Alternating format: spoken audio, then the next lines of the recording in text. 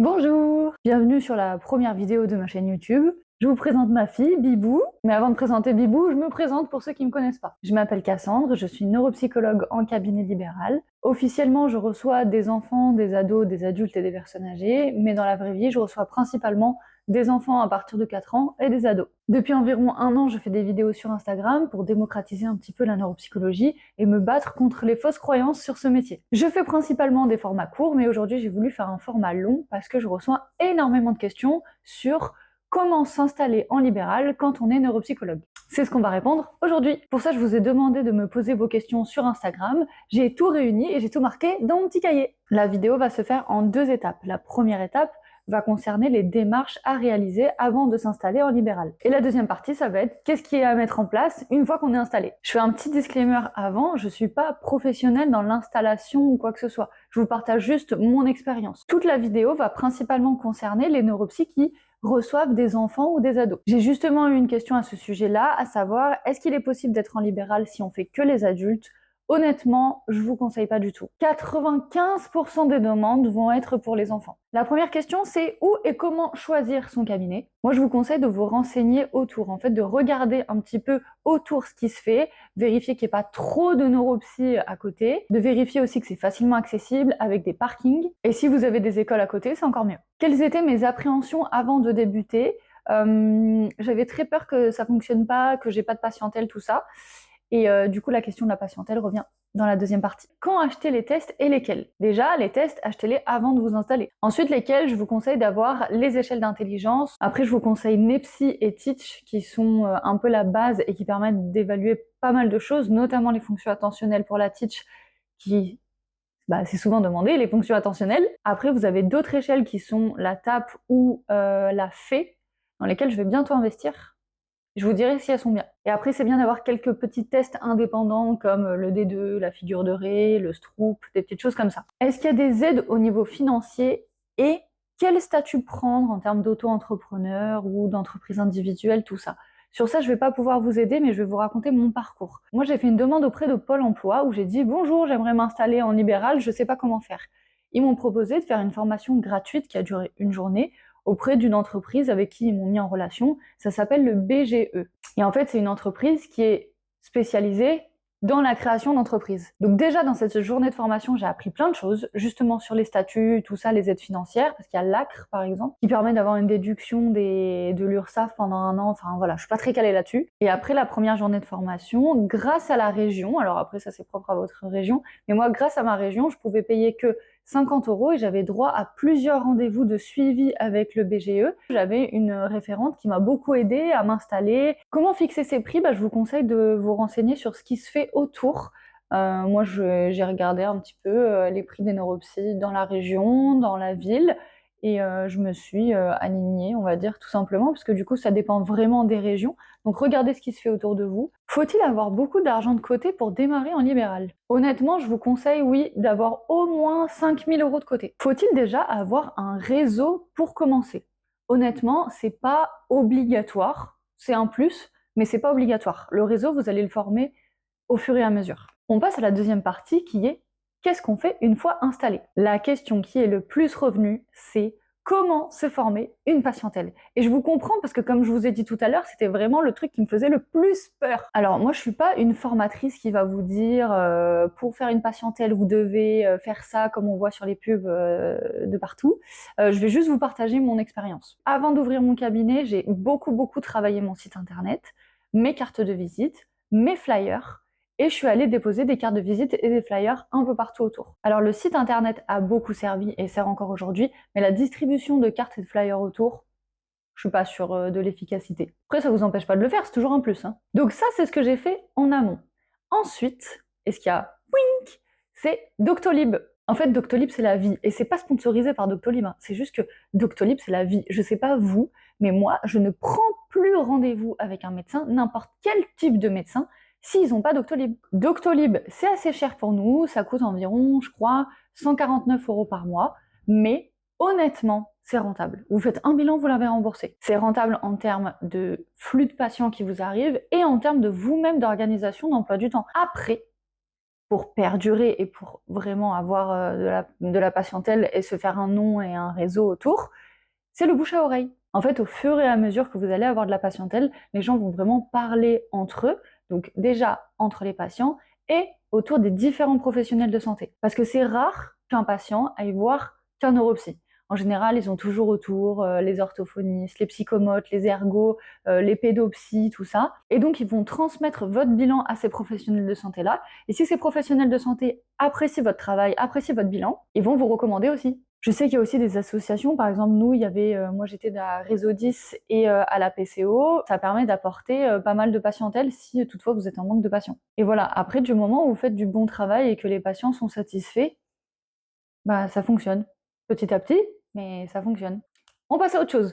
Pour ou contre un téléphone professionnel? Moi, je suis à 100% pour. Ce qui est vraiment important quand on est auto-entrepreneur ou en libéral, bref, c'est d'arriver à faire la distinction entre le pro et le perso. Moi, je suis neuropsy de 9h du matin à 18h. 18h10, je ne suis plus neuropsy. J'ai éteint mon téléphone. On n'est pas des psychologues cliniciens. Ça, je comprends que eux, ils doivent rester un petit peu disponibles. Nous, on n'est pas des états d'urgence. Ils peuvent attendre le lendemain matin les patients. Au pire des cas, ils vont aux urgences. Mais voilà, il n'y a pas besoin qu'ils nous appellent dans la nuit. Je dis pas que je ramène pas de pro à la maison, parce que des fois, j'ai des patients qui me font de la peine, voilà, et je rentre à la maison. Chaque soir, j'explique ce qui s'est passé. Parfois, je pleure. Parfois, je suis contente. Je suis fière de moi. Tout ça, c'est comme n'importe quel travail. Mais à partir de 18h, je ne réponds plus à mes patients, voilà, j'essaie de déconnecter, je prends pas de rendez-vous, tout ça, tout ça. C'est vraiment important de réussir à faire la différence entre pro et perso. Si vous ramenez trop de pro à la maison, ça va être compliqué. Quel logiciel d'organisation et de facture j'utilise? L'organisation, j'utilise Doctolib. Facture, j'utilise Word, je fais ma facture sur Word. Et pour tous mes comptes, etc., j'utilise Excel. C'est tout. J'ai pas besoin de plus. Alors oui, je vous ai pas dit, moi, mon statut, je suis auto-entrepreneur. Les choses à faire sont assez simples, c'est-à-dire que je prends mon chiffre d'affaires, chaque mois, je le déclare sur l'URSSAF, tac, ça me prend un pourcentage chaque mois et c'est terminé. Comme je suis auto-entrepreneur, je suis pas obligée d'avoir un comptable, voilà, tout est assez simple. C'est juste que j'ai pas de défraiement, mais bon, faut voir le pour et les contre. Peut-on vivre du libéral dès le premier mois? Honnêtement, moi, de mon expérience à moi, non. Moi, j'ai mis 6 mois avant de pouvoir me payer. Parce que certes, avant de commencer le libéral, on a tous nos tests, tout ça, mais en réalité, on a un peu le strict minimum. Moi, j'avais acheté quelques jeux de rééducation, les tests, tout ça et tout, mais dans la pratique, après, on se rend compte qu'il nous faut des choses. Donc, les premiers sous que j'ai gagnés, déjà, ça permettait pas du tout assez de vivre, mais les premiers, je les ai tous réinvestis pour racheter des choses dans le cabinet. Je vous conseille pas de vous lancer comme ça, sans rien derrière, en vous disant bon bah le mois d'après je vais pouvoir vivre et assumer toutes les responsabilités d'une maison, d'une famille ou quoi que ce soit. Honnêtement, je vous le conseille pas. Moi, j'avais la chance d'avoir mon conjoint derrière qui pouvait assurer pendant quelques mois. La supervision est-elle obligatoire? Non, pas que je sache, en tout cas. Moi, j'en ai pas. J'en ai pas eu. Euh, En fait, j'ai des copines neuropsy et on échange très souvent. Après, c'est propre à chacun. Mais moi, j'ai jamais été à l'aise avec le fait que quelqu'un puisse me donner sa façon de travailler. J'ai fait plein de stages dans différents domaines, donc j'ai vu comment les gens pouvaient travailler. Donc je me suis fait ma propre image et je faisais un suivi psy aussi. Est-ce que le premier patient est stressant? Oui, mais alors que je suis une personne stressée, je me souviens pas non plus être en PLS, quoi. Parce que du coup, dans mes stages, j'étais déjà autonome depuis un moment. En plus, moi, mes 2 premiers patients, ils étaient chelous. Alors, partez de ce principe-là. Vos premiers patients, je sais pas pourquoi, je sais pas, c'est arrivé aussi à mes collègues, tout ça. Les premiers patients que vous allez avoir, c'est pas des patients faciles, c'est pas des patients qui représentent la normalité. Moi, j'ai eu des gens trop bizarre. Je vois les patients tous les combien? Si je fais un bilan, je les vois 5 fois, une séance d'anamnèse, 3 séances de bilan, une séance de restitution. Si je les vois en suivi, les grands, je les vois 1 heure toutes les 2 semaines et les petits, je les vois 30 minutes chaque semaine. Il faut bien considérer pour les suivis qu'en général, ils n'ont pas que nous, ils ont d'autres suivis, ils ont aussi des devoirs et que nous, on n'est pas remboursé par la sécurité sociale, donc financièrement aussi, il faut s'adapter. Je suis désolée, elle va durer 1000 ans cette vidéo. C'est pour ça que je voulais pas le faire en format court, parce qu'il y a plein de questions et honnêtement, Quand j'ai commencé le libéral, j'aurais voulu tomber sur une vidéo comme ça. Quelqu'un qui m'explique son parcours, des petites questions bêtes qu'on se pose et qu'on n'a pas les réponses. Donc voilà, j'espère vraiment que cette vidéo, elle pourra vous aider, mais je suis désolée si elle est un peu longue. Le flux de patients au tout début, il est comment? Bah, au début, il est faible, hein, c'est normal, personne ne vous connaît. Donc au début, il est faible et progressivement, ça vient.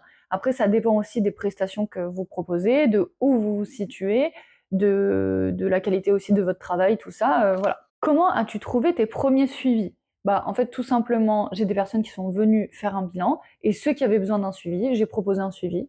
Combien de temps mets-tu pour rédiger un compte rendu? Moi, je mets entre 3 et 4 heures. Mes comptes rendus font une quinzaine de pages, entre 15 et 20 pages. Le salaire est-il plus important qu'en institution?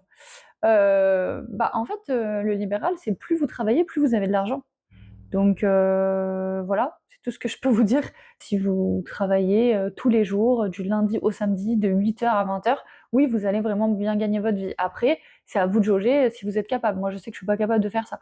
Donc moi, je travaille 3 jours et demi par semaine, c'est-à-dire qu'une semaine, je travaille 3 jours, une semaine, je travaille 4 jours, et les jours je rédige à la maison, mais je suis pas au cabinet. Mais du coup, il n'y a pas d'argent qui rentre. Ça aussi, c'est à prendre en considération dans le travail de neuropsy. Pour moi, honnêtement, il faut minimum 1 à 2 jours de rédaction par semaine. Et enfin, comment as-tu fait pour apprendre à gérer ton planning? Ça s'est fait, et ça se fait encore au fur et à mesure. En fait, ne vous dites pas, c'est bon, je vais me mettre en libéral, je vais prendre le pli, et ensuite tout va être stable. Non, on refait tout le temps. Moi, je refais par exemple tout le temps ma trame, j'essaie toujours d'acheter de nouveaux tests, et pareil pour l'organisation. Donc si j'ai des conseils pour le libéral, c'est recevez les enfants, sinon vraiment ça va être très compliqué. Essayez de bien faire la différence entre pro et perso, essayez de bien gérer votre temps, ne vous épuisez pas trop, parce qu'il faut pas oublier que notre métier, c'est un métier qui est assez épuisant émotionnellement. On entend des histoires assez tristes, on voit des situations un petit peu compliquées, et surtout, il faut beaucoup, beaucoup, beaucoup de patience avec les enfants, même si on les adore, tout ça, et que voilà, c'est très puisant. Et si vous avez travaillé qu'en institution, sachez que le rythme de travail, la journée n'est pas du tout le même que en institution ou que dans un bureau ou quoi que ce soit. Le rythme est vraiment très intense en libéral. Sauf si vous organisez votre emploi du temps avec des pauses, tout ça. Mais moi, je sais que non. J'ai un patient, je quitte un patient, j'en prends un autre, j'en prends un autre, j'en prends un autre, j'ai une petite pause à midi, puis j'en prends un autre, j'en prends un autre, et je respire pas de la journée.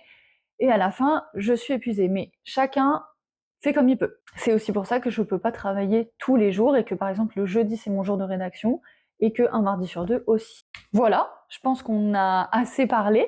J'espère vraiment que cette vidéo peut vous aider, que ces questions ont pu vous apaiser, vous orienter dans votre choix de carrière, tout ça. N'hésitez pas à me dire en commentaire si vous avez d'autres idées de vidéos que je pourrais faire en format long. N'hésitez pas aussi à mettre un petit j'aime si vous avez aimé ma vidéo, c'est la première. On se retrouve bientôt pour de nouveaux conseils sur la neuropsychologie.